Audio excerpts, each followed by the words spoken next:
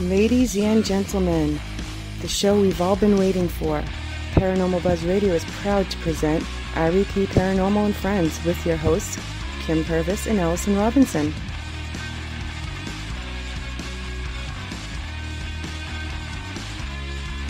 Live every Thursday night on Spreaker, 8 p.m. Eastern, 7 Central, 5 Pacific.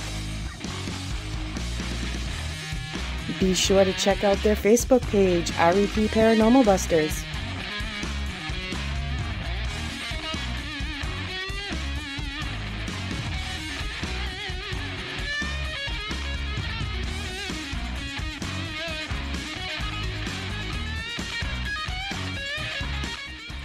The views and opinions expressed in this podcast by the host or the guest do not necessarily reflect the views of Paranormal Buzz Radio or its sponsors. Use of any material produced by Paranormal Buzz Radio without express written consent is strictly prohibited. For information on everything Paranormal Buzz Radio has to offer, visit our website, paranormalbuzzradio.com. Like us on Facebook, follow us on Twitter and Instagram. Listener discretion is advised.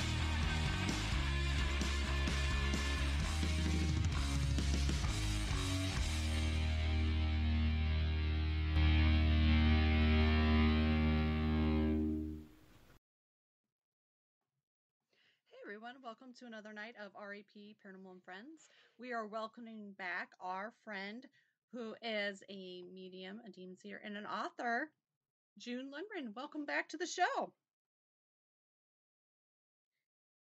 Yes, absolutely. It was a pleasure talking to you last time, so I'm glad that I saw you pop back up, and I was like, yes, we'll have her back on the show.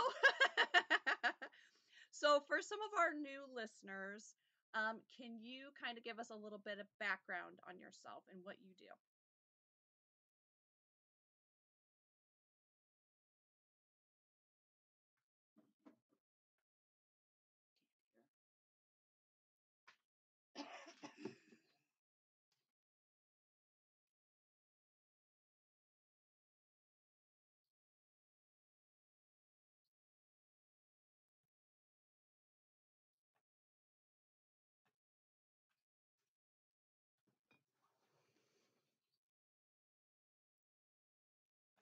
Hey, just 1 second. I guess we're having some issues. The sound just went out again. I don't know why it does that. It'll start out nice and then it just stops. It just says it disabled. So I'm trying to get it back to. Do you have the thing? Can you pull it up real quick? For some reason, it's not taking it this time. Let's see. Okay, why don't you go ahead and try it? Oh, nope. It's going to have the same thing here. Let's see here. I don't know why. It's like we never changed the. I haven't touched nothing. Yeah, we never changed it. Okay, go ahead and try to say something. I'm going to see if our little bars come up here. Testing 1, 2, 3. Testing. There we go. It's coming up. Okay, so okay. Go ahead. Go ahead, June. Sorry about that. Oh my goodness. Yeah, so I've always been able to see demons and communicate with them, and didn't really start removing them until I was in the military. And it's been going ever since. Okay. Right. Well, let's kind of touch base. I don't know if we really touched base on this last time, but how do you tell if it's a negative entity or if it's an earthbound spirit or if it could be something like due to like a mental state of the person? Yeah, that's the tricky part. It's if I, when I died in my motorcycle accident, then, I found out that I had Howriel the Archangel is who my soul belongs to. So I have the ability to, when I make a connection with an individual, to know what is there, what isn't there, or if there's a mental health issue happening, that as well. But if I didn't have that, it probably wouldn't be. The only way to tell if it's earthbound is with an earthbound that's negative, you get like cold spots, physical cold spots. And you don't get that with a demon. With a demon, you get the cold is on the inside of you, the core of, you feel like it could be 100 degrees out and you'll be cold on the inside. And then you have this feeling of dread. And then they have the telltale signs, they have like dead rodents, flies, scratches, growling. Mm-hmm. They'll attack you, and you can't even see them. Most Right. people can't even see them. Mm-hmm. But if it's a human entity that's negative, you can just like sage and get rid of them 99.9% of the time. But with a demon, if you sage, it just pisses them off and makes the activity ramp up like massively. And if it is a demon, they'll try to keep the person from connecting with me to get help. Mm-hmm. I've had people say, well, my emails don't go through. I tried calling, they don't go through. I try to send you a Facebook message, they don't go through.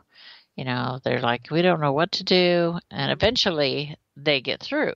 Mm-hmm. But it's only after, they've exhausted all of their potential ways to get in touch with me.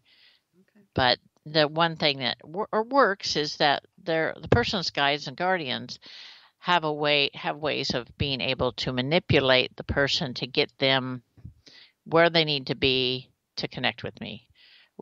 I've had people say, well, I haven't been able to get a hold of you. I don't know what's going on. And I never get the emails or anything. Mm-hmm. And what one guy said, he says he was searching for help, and then my name just popped up like a huge banner in front of him. And he's like, oh, call her.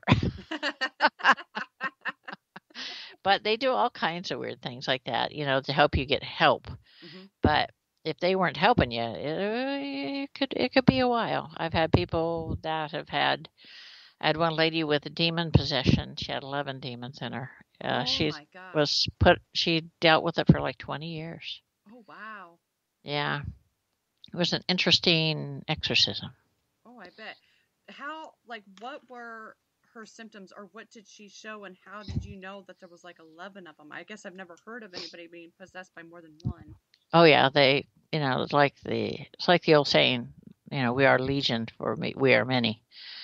What happens is you get one initial one, mm-hmm. and then they in turn attract another and another. So over the years, she had been dealing with them. I asked a friend of mine, because I was on Ground Zero with Clyde Lewis, and she connected with me from that show, and she was local. And I had a friend that's he's an ordained minister, mm-hmm. and I said, you really need to come with me. I said, I'm going to do an exorcism, mm-hmm. and you should probably come with me. I said, you fear the dark ones, and you can't fear the dark ones. If you do, you can't do his work. Mm-hmm. And so he came with me, along with the other girl that works with me in Ghosts and Girls Paranormal. Mm-hmm. And I told him, I said, this is going to be like something you've never, ever seen or experienced before. So just understand that, mm-hmm. and make sure that your faith is strong and you have your protection in place. Because, I'll be a little busy. I can't, watch my back and your back at the same time, Yeah, exactly. So we go upstairs, we're to her apartment, and knock on the door, and she answers the door, and her eyes are black, totally black, and she's growling. Oh my God. And she said in Aramaic, get the F out of here, bitch. And I'm like, oh, and then she slammed the door, and I'm like, my friends are looking at me like, what? And I'm like, don't worry about it. It'll be okay. So I knock again, and she opens the door, and she's in control for the moment. But it took like 3 hours to get 10 of them out. And then we were up to the last one. And when I connect with the demon, I can read their mind. I can find out why they're there, why they're hiding. This last one was what I call a lesser demon. It was sent to do a job for Lucifer, and it just didn't bother to do it. It just split, and, I'm not going to do it. I'm just going to go off and do my own thing. Oh, wow. So it was hiding out, and had been hiding out for, 10, 12 years. Mm-hmm. And I told him, I said, I know what you didn't do. I said, and I know Lucifer's looking for you. I said, do you want to go home? Do you want to go to the light? And it said, I can really go to the light. And I said, yes, if you're truly repentant, you can go to the light. So I said, Jesus, come forth. Mm-hmm. And my two friends are standing in front of me, and they part as this huge hand comes out filled with light. All right. And I told them, I said, there you go. There's your trip home. If Mm-hmm. you want it, take it. Mm-hmm. And it was tempted to, but then at the last minute said, no, you're lying, I can't go home. And it sunk even deeper down inside the woman. And I'm like, and then Jesus withdrew his hand. Mm-hmm. And I told him, I said, so be it. Mm-hmm. And I said, Lucifer, come forth. Mm-hmm. And my two friends are freaking because there's a hallway. We're facing this hallway. Mm-hmm. And this figure appears at the end of the hallway and starts advancing towards us. Mm-hmm. And what they saw was someone dressed in a fedora and a double-breasted suit from, in spats, like from the 20s or whatever. And me, I just saw him as he is, his true form. And he went to the demon and he says, you're coming with me. Mm-hmm. And the demon says, no, I'm not. And Lucifer looked at me and said, I know you don't want me to harm the woman, so I will be back tonight for it. And he turned around and disappeared down the hallway. Oh, wow. So I told her, they're all gone but one. I said, Lucifer will come for it tonight, so you don't have to worry about that. Mm-hmm. And so, we talked for a little while, and then we left, and my friends are like still reeling from the fact that they saw both Lucifer and Jesus in the room virtually at the same time. And I told them, I said, yeah, I bet you didn't know I moved in these exalted circles, did you?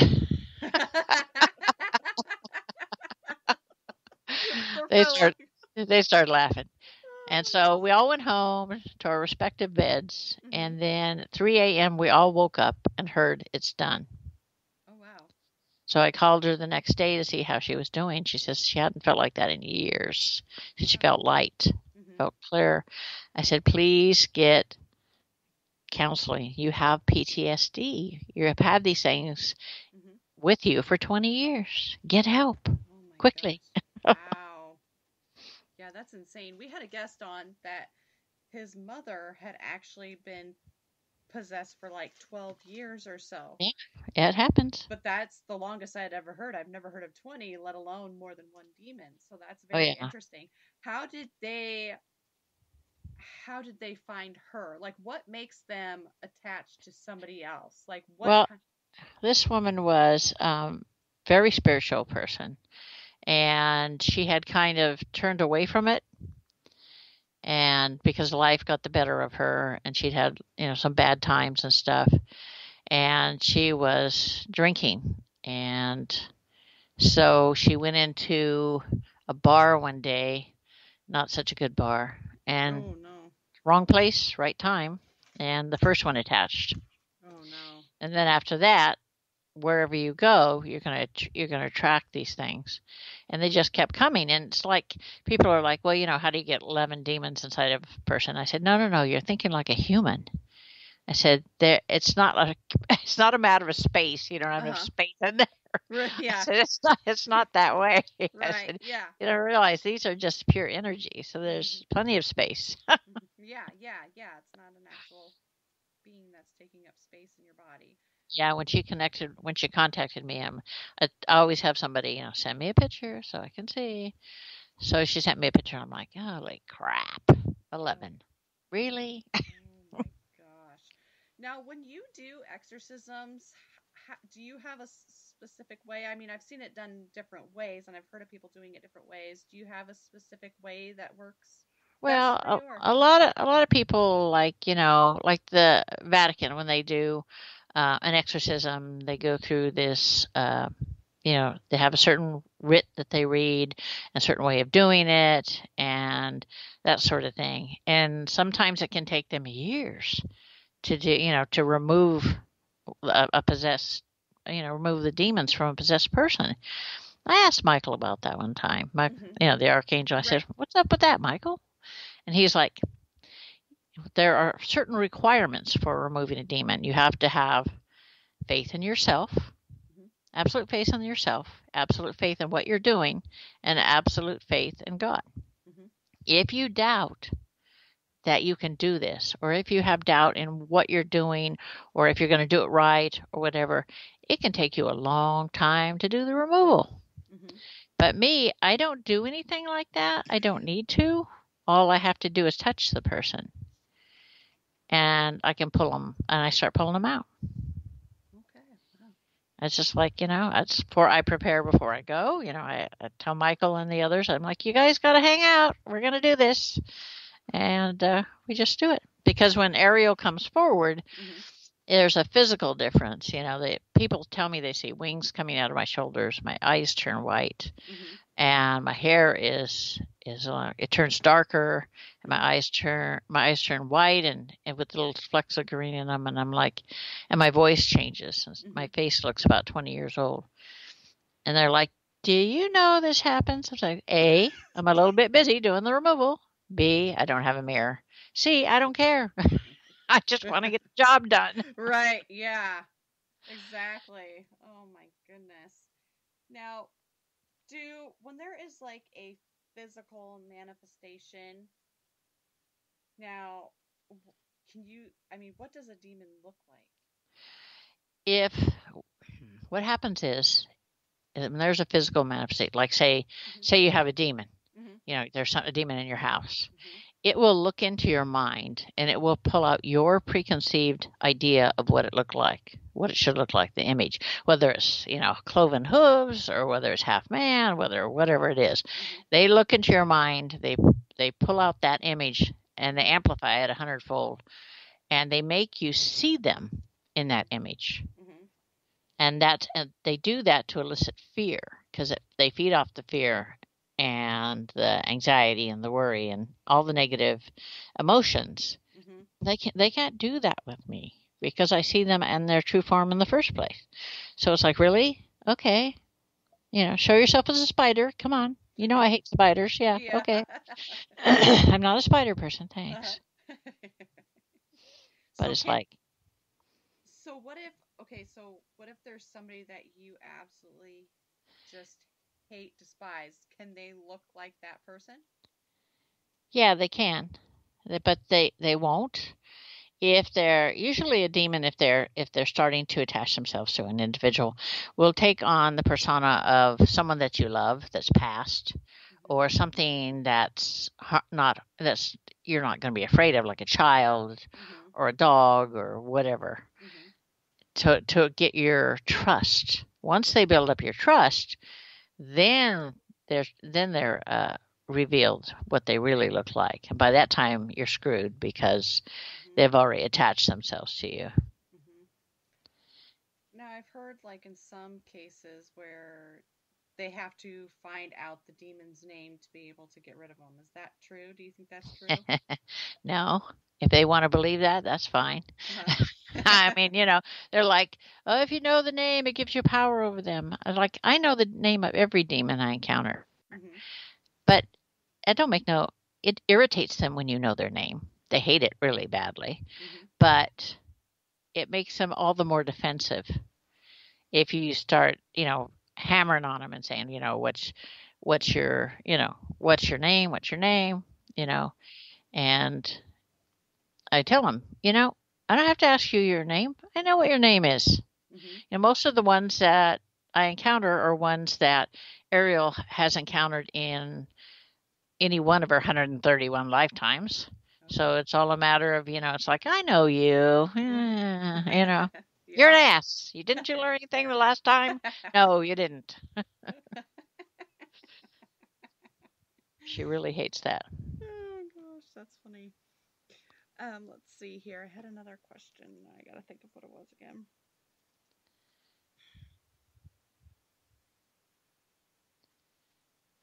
I can't remember what it is. I'm having a brain fart. But I know people always ask me if I'm afraid of them. Yeah, it's like, right, yeah. I was like, why? I said, if you give them power over you, fine. I said, but I'm not afraid of them because I know what resides within me. I know I have absolute faith in what I can do, mm-hmm. and I have absolute faith in God. So why should I be afraid of them? I said, that is a weakness. Mm-hmm. They look for those weaknesses. If you have any kind of weakness like that, they'll find it. I mean, they absolutely instinctively will find it. So you cannot be afraid of them. You cannot, you know, doubt yourself. You know, people are like, well, aren't you afraid they'll hurt you? I'm like, no. I said, I'm not going to let them get close enough to hurt me. Right, yeah. So I guess not happening. Now, have there been any cases where you weren't able to get the demon to completely leave? No. No, it's like, because Ariel, in the war between heaven and hell, Lucifer was disarmed by Michael, and Ariel disarmed his son. And so they really have a healthy fear and respect for the Legion of Light, which is comprised of Michael, Gabriel, Raphael, and Ariel. And they're the highest archangels, and they're the demon slayers. So I have a friend in Scotland. There's actually 6 other archangels reborn in the world today, and I know where they all are. And one of them is a friend of mine in Scotland, and he has Hanel within him. And Lucifer will come and visit Hanel from time to time, because before the war, they were like best friends. I mean, they were just like, really just best friends. And it's like Lucifer says, I bear him no ill will. He fought for what he believed in. And I'm good with that. So from time to time, he goes and visits him. He'll send me a message saying, well, Elle was here today. I'm like, yeah, what is it? We watched a movie. I'm like, okay, fine, whatever. I don't waste my time. And I said, ask him next time he comes around, ask him what he thinks of Ariel. And so it was a few weeks later that he dropped by, and he asked him, and his response was, fear and respect the assassin. And I'm like, they better, because if anybody can take him out, it's Ariel. But she doesn't look for trouble. But if he's doing something he shouldn't, or like he can't control his rogue demons, there are right now, unfortunately, plenty of rogue demons running around with all the stuff that's going on. Oh yeah, I'm sure. And so the Legion, we summon him into what we call the no man's land. It's an area, if you were to see it, it looks like a meadow, but it's like, it looks like a giant place you could have a battle. And it was where they had the battle between heaven and hell. And so the Legion can summon him there without his knowing. And so they bring him there and they say, this is what's going on. If you don't take care of it, we'll take you out. We'll put somebody else in your place. Not a problem. And of course, he doesn't like that. But he understands if he loses control, it's not going to be good for him, because there's always somebody else wanting to move up the ranks, so to speak. Right. Yeah, absolutely. Okay, this is kind of taking it back, because I've been kind of pondering this, because I don't think we touched on it the last time we talked. But you had mentioned that you were in a motorcycle accident, and that's when Michael came to you? Michael's been with me all my life, but when I died in a motorcycle accident, and I went to the other side. My grandparents were there, and Michael was there, and he says, you understand who you are? And I'm like, yeah, I'm me. And he's like, no, you don't understand. And so he touched his hand to my forehead, and I relived all of these lifetimes. And he said, look upon yourself. And this like mirror appeared, and I looked like him in the way that I was 7 feet tall. I had 12-foot wingspan. I had dark auburn curly hair and blue-green eyes, and looked like a warrior. And he says, this is who you truly are. He says, your soul is Ariel the Archangel. She was sent back to relive human lives until she learned to have compassion for mankind. And he's like, you need to understand that. He says, because it's going to be your job from now on to do demonic removals. I'm like, oh, thanks. Appreciate that. Yeah. And it's like, you didn't give me a book. Where's the directions? Right. Yeah. I was like, does it come with a manual? And he's like, no. He says, you'll find out. And I'm like, oh, great. So the first actual removal I did was for my brother. Oh, My wow. my sister-in-law called me from Salem, which is about half an hour away from where I live, and she's like, "There's something wrong with your brother," and I'm like, "What do you mean? There's always something wrong with my brother."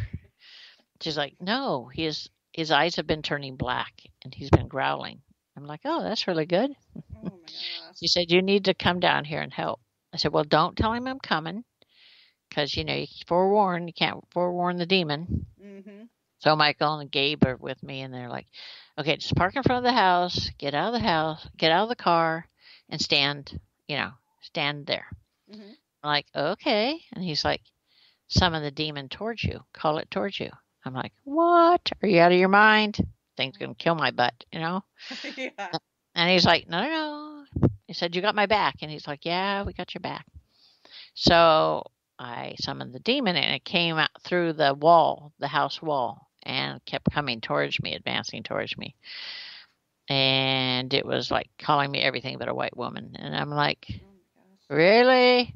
We got about 5 feet away, and suddenly my consciousness was moved to the back, and Ariel came forward. I could see through her eyes, Mm-hmm.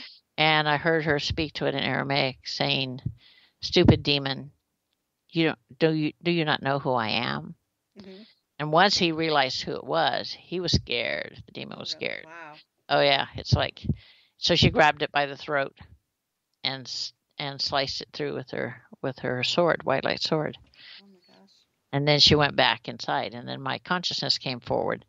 I'm like, "You guys did that to me." I was looking at Gabe and Michael, and they're like, "Well, you needed to understand Mm-hmm. that whenever one was present, she would always come forward." She said, "You don't have to fear, the demons. You don't have to worry about that, because she protects the body." Oh, okay. That's very I'm cool. like, "All righty then." Just let her do her thing. Yeah, that was a long time ago, and been going ever since. Oh my gosh. Wow. I couldn't imagine that. We do have quite a few questions that are coming through chat. Kim's been Yay! writing a book for me, so I'm gonna War and peace. I'm getting cramps. Yeah, Kim's Writer's cramp. Oh no. Okay, so let's see here if I can read some of those. Okay, so the first question is how does one become a demon seer? You have to be born that way. The thing is, my grandmother told me when I was young of a family prophecy. My grandmother's from Ireland. And in the prophecy, it's handed down from female to female in the family, because only the women in our family have abilities. Oh, wow. And the prophecy went that there will be a female child born with the ability to see, hear, communicate, and kill demons. Wow. And so it was handed down from generation to generation. And then when my mother dumped me off at my grandmother's, my grandmother took one look at me and said, "Okay, this is what you are." And so she raised me to, and to help focus my gifts, and taught me about how to tell the bad ones from the good ones and stuff like that, as much as she could. She didn't have the abilities that I have, but she's like, "I'm going to teach you what I can, and then it's up to Michael and the others to teach you the rest." And when I started doing the removals, I'm like, I don't want to be called a demonologist. I said, a demonologist is somebody that studies demons. They probably have never encountered one in their bloody lives, for God's sakes. But my grandmother says, well, she's been dead since 79. But she said, well, why don't you call yourself what we call you in the old country in Ireland, a seer, a demon seer. And I'm like, oh, okay, that makes sense. And there's no negative connotations with that. And it's because I can see them, hear them, converse with them. Not that I want to, because they have nothing to say that I want to hear. But, people ask me, well, do you talk to them? I'm like, why? I'm too busy killing them. Why should I talk to them? Yeah, exactly. Got nothing to say I want to hear anyway. Exactly. No, I just need to get rid of those pesky things. Yeah, it's like people don't understand. It's like Michael says, your body, your physical body was created to for Ariel to inhabit when she's in the physical world.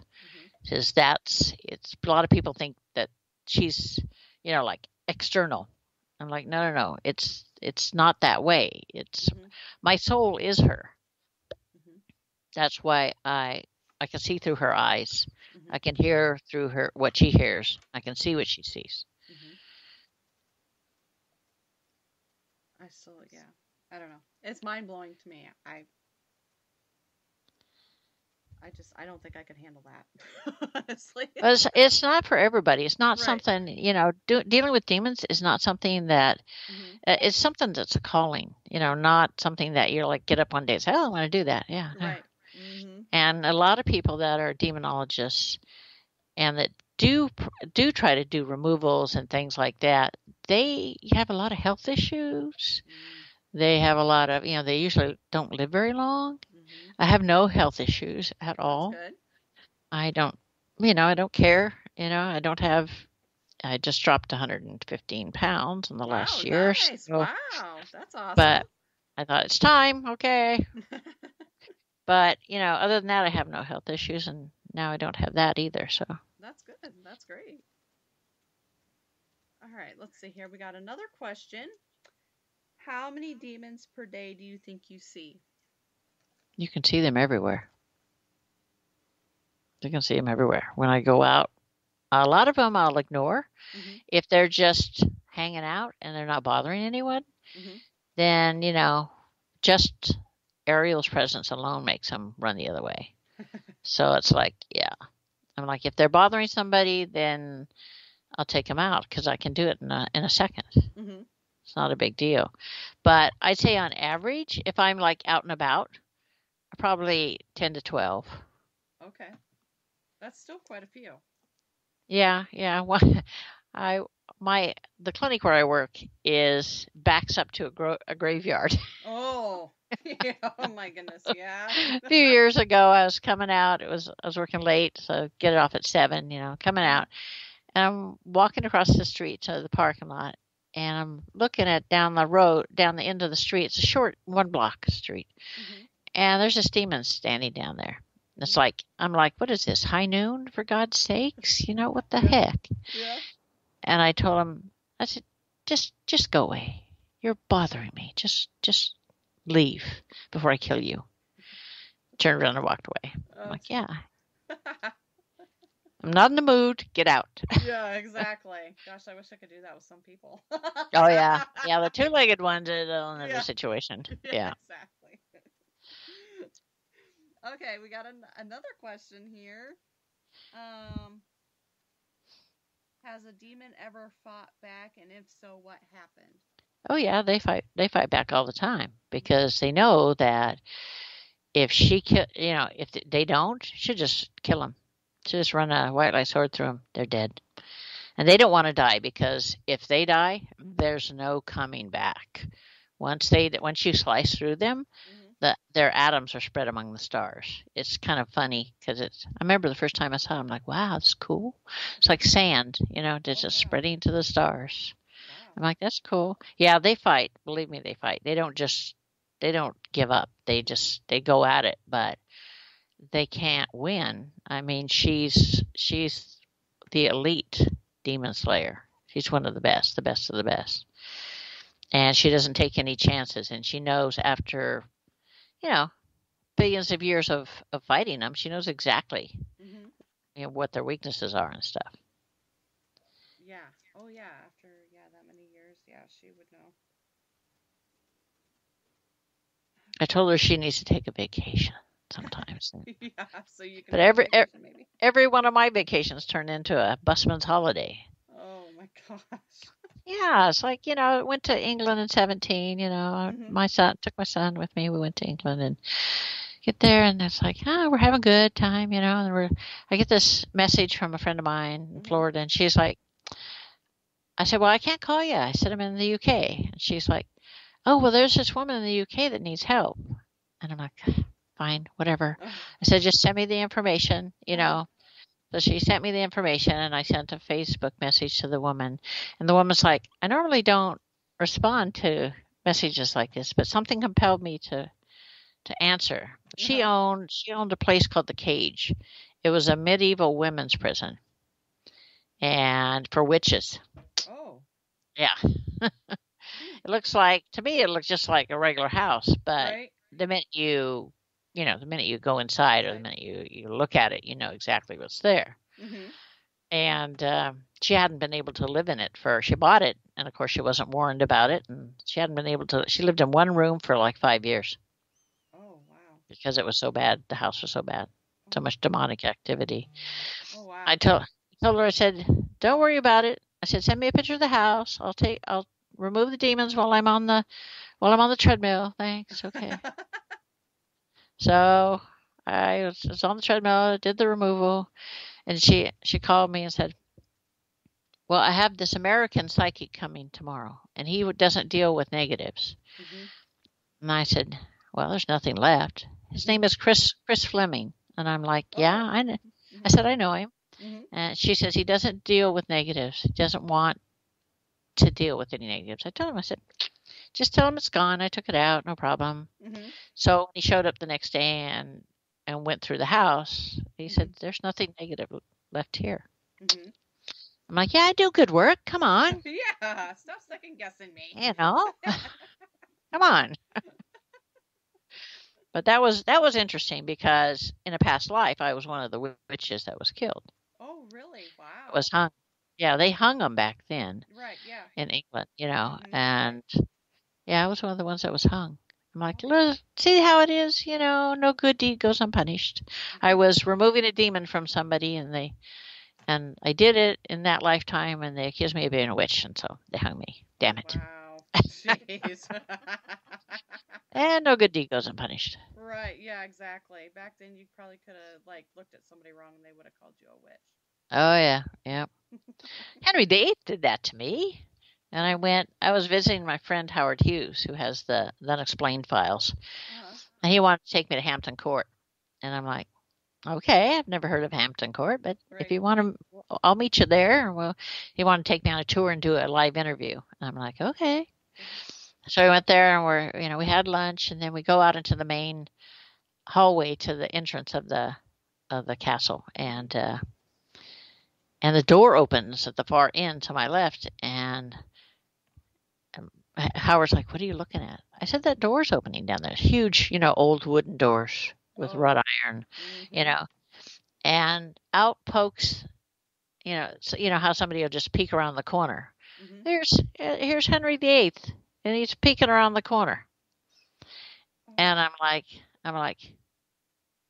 "Oh crap!" And he looks at me and he says, "Witch." Oh. I'm like, and I told him, I said, "Bite me. You're uglier and fatter than your pictures." And he slammed the door. And I was like, "Yeah, well, same to you." God. Oh my gosh. I know. It's like, really? Get a clue. You're an ugly sucker. Now, do you use your mediumship for other things, or do you Yeah. do readings or anything for anybody?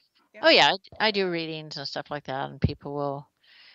Oh God, I really hate people sending me a message saying, "I've lost my car keys. Can you help me with that?" Oh, jeez. I'm like, "I am not a lost and found. I'm sorry. Yeah. Look for it." Oh my gosh. That's when But you yeah. toy with them and tell them they should look here. I know. It's like, Tell 'em yeah. how to Even if I see. know, I'm not going to tell you. Just Right. because you annoy me. Stop it. Yeah. Oh my gosh, that would be so annoying. Oh yeah, that's why I don't go to graveyards. Because every time I go to a graveyard, they know you're coming, and so they all flock to the graveyard. Like, "Okay, we're here. Help us." And I'm like, my sister-in-law did that to me one time for a Halloween. It was a Halloween ghost tour, Oh, right? Yeah. And it's supposed to be a walking ghost tour. Mm-hmm. Well, we get to the place where we're supposed to be, and I'm like, I don't know, I don't see anybody here. So we went inside the place and said, "Where's the tour?" And they said, "Oh, there'll be a minibus come along. Get on it, and they'll take you to where the tour starts." I'm like, "Okay," I thought they'll drop us off somewhere, Right. And it's like we get on there, and we're heading, and we end up at the graveyard. I'm like, "Really?" And it's like, my sister-in-law's like, this is cool. This is cool. I'm like, no, it's not. You should see it from my perspective. I said, there's a bunch of people here. There's about 30 of them. Mm-hmm. I said, let's go over to the side so people won't think I'm crazy and I can deal with these people. Go over there and I'm like, okay, so how many of you want to get a message to a loved one? And almost all of them raise their hand.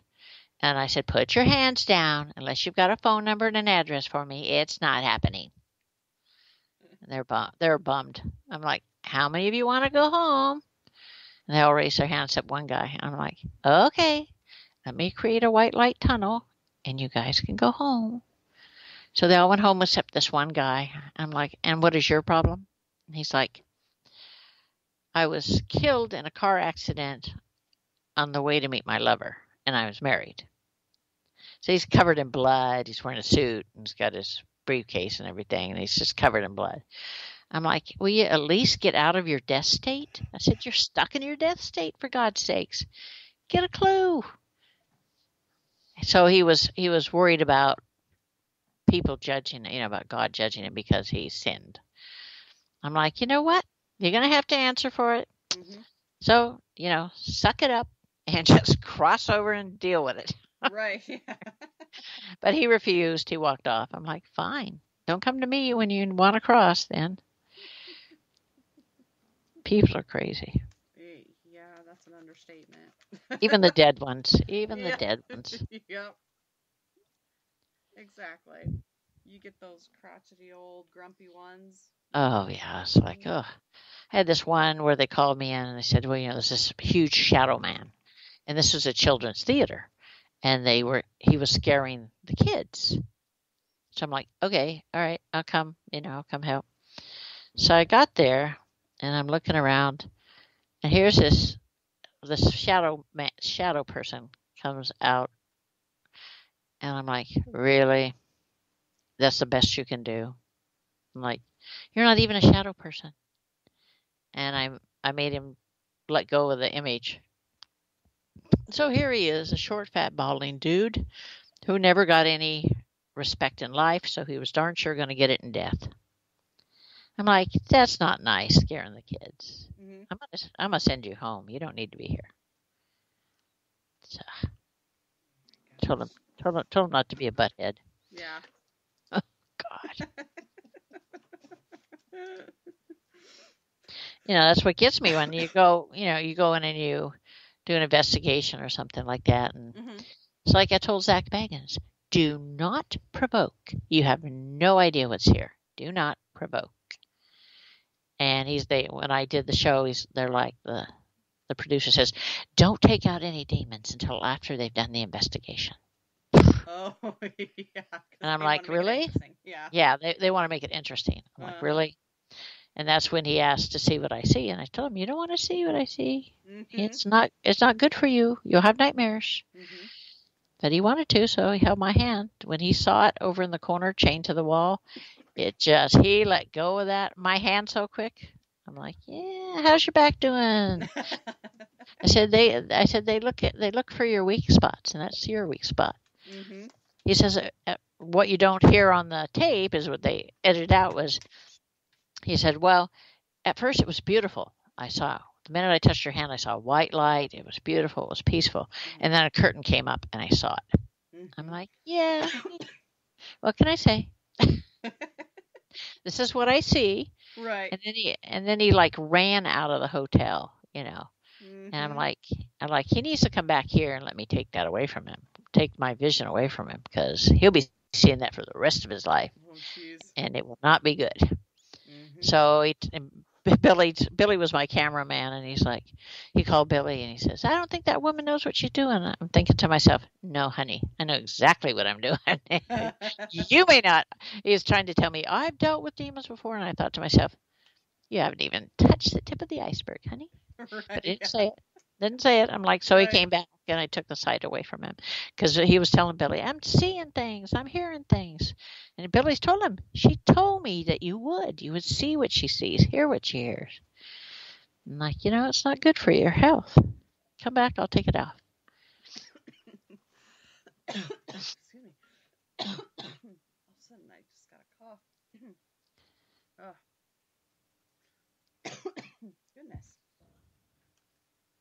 Okay, we have a couple more questions here from chat. They want to know, have you ever had weird cases that leave you scratching your head as to how this came about? I've seen some weird things. It's been over the last 10 years that people don't understand that, like, demons evolve, or in some cases de-evolve, and they try to force their evolution. And when they do that, something goes wrong mentally with them.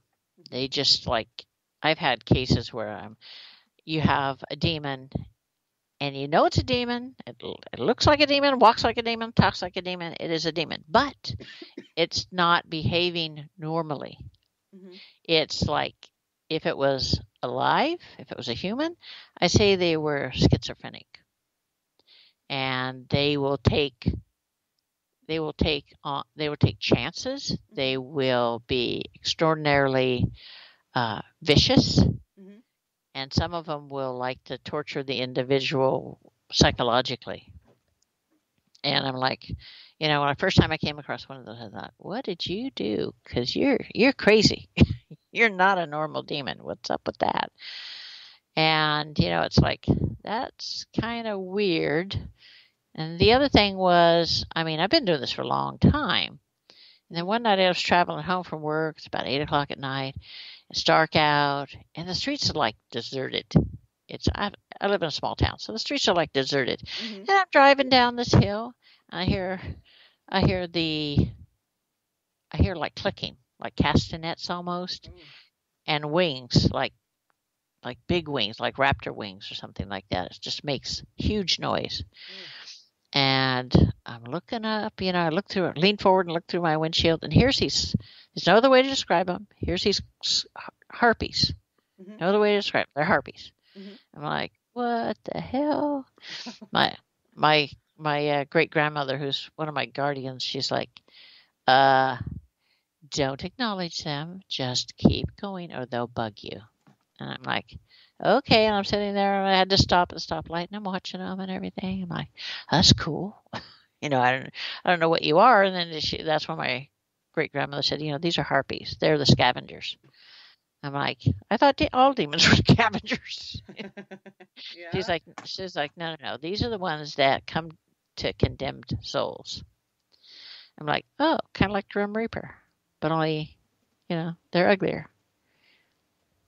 Because they have the face has no features almost, except the mouth has like these long, sharp fangs, and the eyes are like red and really, really ugly. They have no hair. Their skin, it looks like leather, but it's just like a smooth leather, not like a lizard, but smooth leather. I'm like, alrighty then. What brought you to my neck of the woods? I'm not damned, so there's got to be somebody around who is. But yeah, that was one of the weirdest things I've ever seen. I'm like, okay, alrighty then. Excuse me. Keep care of that cough all of a sudden. Sorry. It's okay.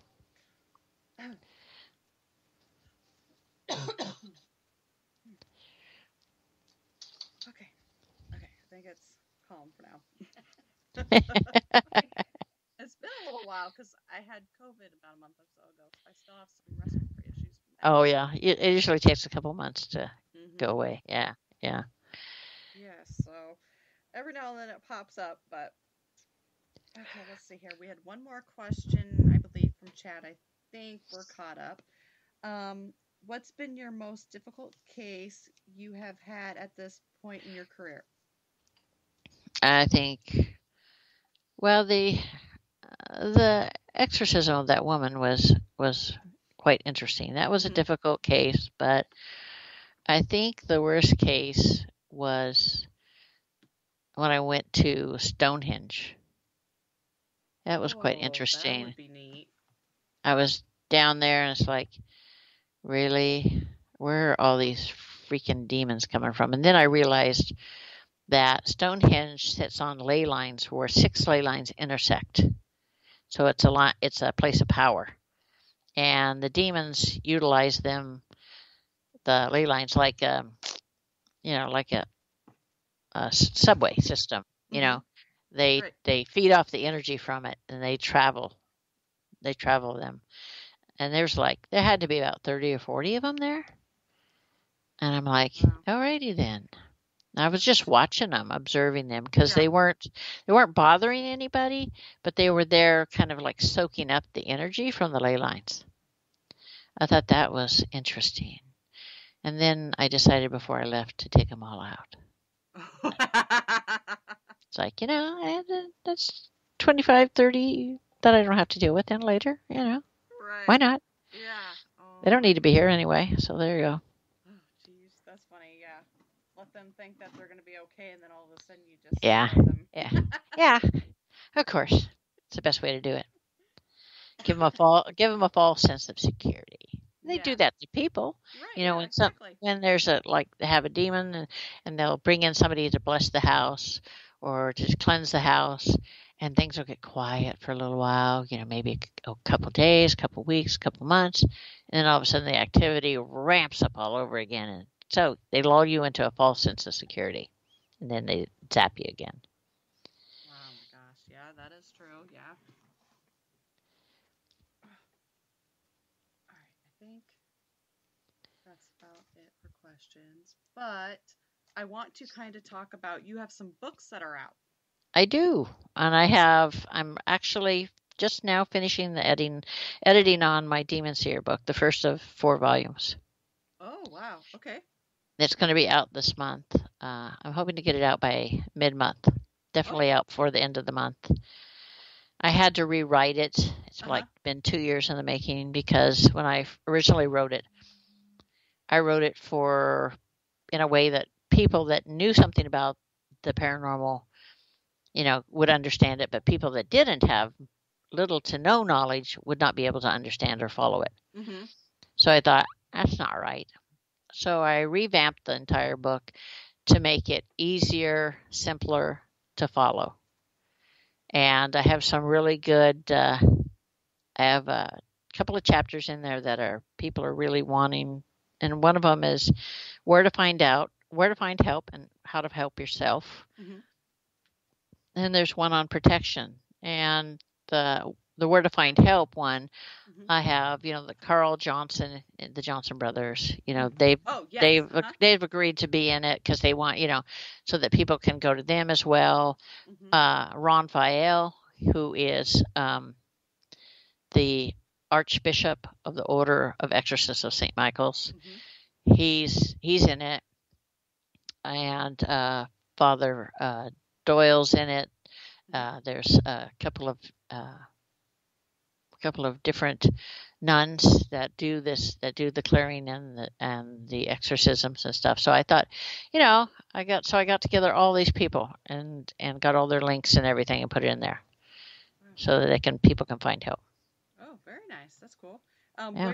Where can people find your books or find you or see what you're up to? Or yeah, you can. All my books are on Amazon.com. It's either in printed form or ebook. I have my own website called mysticconnections.org. Okay. And also the other one that feeds into that, I have 2 that feed into that. The other one's demonseer.com. Okay. And you can contact me there. You can go on Facebook, send me a message. I'm on Twitter, but I don't use Twitter that much. I'm on Instagram. But yeah, you can certainly connect with me.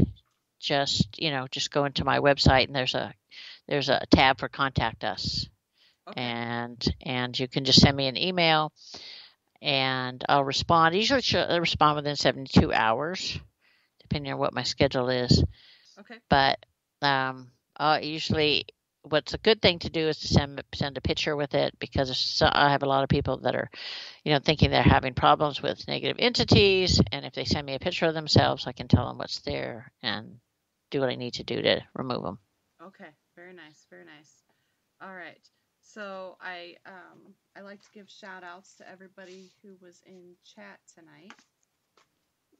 Oh, I have to turn it to the right page. Kim is because that was from last week. We had Darren, Nick, Allie, Matt, and Nico in chat tonight. Thank you for everybody who was participating in chat. Thank you for everybody who was not in chat but listening. We appreciate each and every one of you. Would like to thank our special guest for once again being on our show. June, you are amazing. I love talking to you and all of your.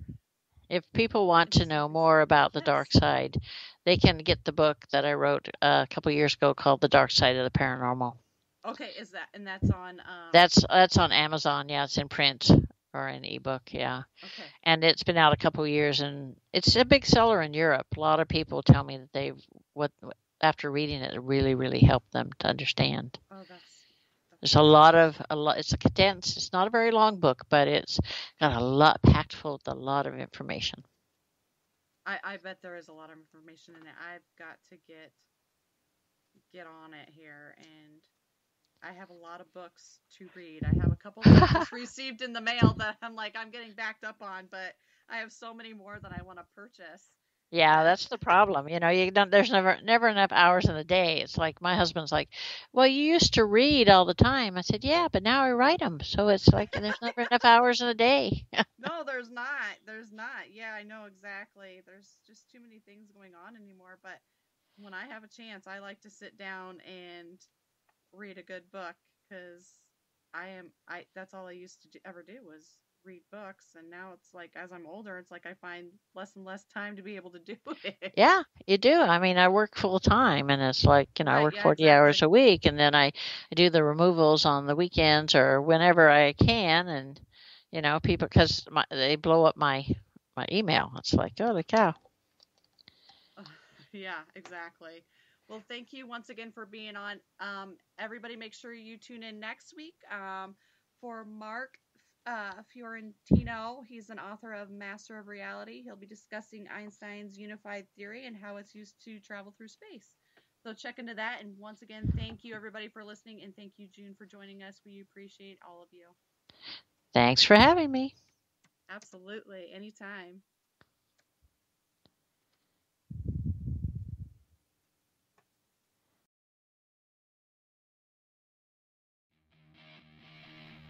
Thank you for listening to REP Paranormal and Friends. Be sure to check out Kim and Allison on Facebook at REP Paranormal Busters.